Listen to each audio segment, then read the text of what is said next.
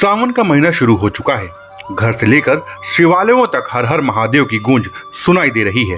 सावन का महीना देवों को देव महादेव की कृपा प्राप्ति का श्रेष्ठ माह माना जाता है।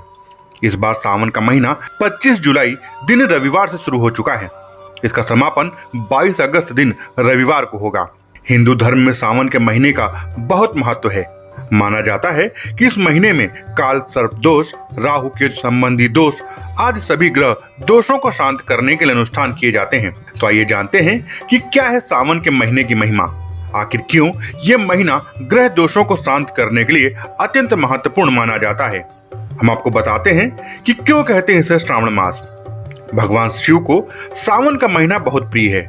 पौराणिक कथा के अनुसार सनत कुमार ने भगवान शिव से पूछा कि आपको सावन का महीना क्यों प्रिय है। सनत कुमार की ये बात सुनकर भगवान शिव बहुत प्रसन्न हुए। उन्होंने सनत कुमार से कहा कि आप इस माह के फल को श्रवण चाहते हैं। इसी के आधार पर इस माह का नाम श्रावण पड़ा। इसके अलावा पूर्णिमा तिथि में श्रवण नक्षत्र का संयोग बनता है, इसलिए भी इसे श्रावण मास कहा जाता है। ज्योतिराविद्य कहते हैं कि सावन के महीने में प्रत्येक दिन एक व्रत और अनुष्ठान होता है। कृष्ण पक्ष की प्रतिपदा तिथि से लेकर शुक्ल पक्ष की पूर्णिमा तिथि तक कोई ना कोई व्रत और अनुष्ठान जरूर होता है। इस महीने में पूजा पाठ, यज्ञ और अनुष्ठान करने से जीवन में नकारात्मकता दूर होती है और ग्रह दोष समाप्त होते हैं। इस महीने में चारों आश्रमों के लोग अपने तरीके से पूजा अनुष्ठान कर सकते हैं।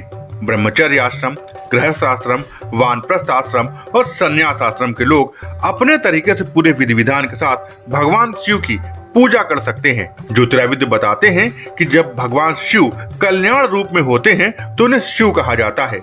वहीं जब वे पाप समूह का नाश करने के रूप में होते हैं तो उन्हें हर कहते हैं। अर्थात जब भगवान शिव व्यक्ति के जीवन में नकारात्मकता को दूर कर उसके पाप दोष को समाप्त करते हैं तो उन्हें हर कहा जाता है। इसीलिए सावन के महीने में हर हर महादेव के जयकारे लगाए जाते हैं। ऐसा करने से जीवन के सभी संकट दूर होते हैं और ग्रह दोषों से मुक्ति मिलती है। सावन के महीने में कांवड़िए भी कांवर ले जाते हुए हर हर महादेव के जयकारे लगाते हैं और शिवलिंग पर जल अभिषेक कर लाभ प्राप्त करते हैं। सावन के महीने में महादेव को बेलपत्र, धतूरा, भांग और जल अभिषेक करने के पीछे एक पौराणिक कथा है। कथा के अनुसार समुद्र मंथन के दौरान जब विष निकला तो ये विष चारों ओर फैलने लगा। पूरी सृष्टि को बचाने के लिए भगवान शिव ने इस विष को अपने कंठ में धारण कर लिया। इसलिए महादेव को नीलकंठ भी कहा जाता है। विष के प्रभाव से भगवान शिव के शरीर में ताप बढ़ने लगा और उनका मस्तक गर्म होने लगा। इसके कारण आसपास का वातावरण जलने लगा। तब देवी देवताओं ने भगवान शिव को बेलपत्र आदि अर्पित किया और जल से स्नान करवाया।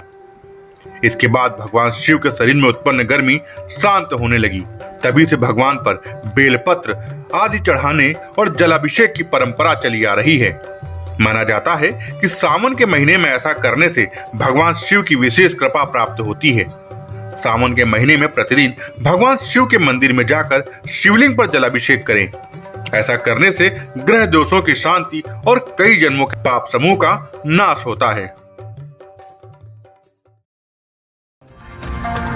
ताजा तरीन खबरों के लिए सब्सक्राइब करना ना भूलें दस्तक टाइम्स। बेल आइकन दबाकर पाएं देश विदेश की लेटेस्ट खबरों की नोटिफिकेशन।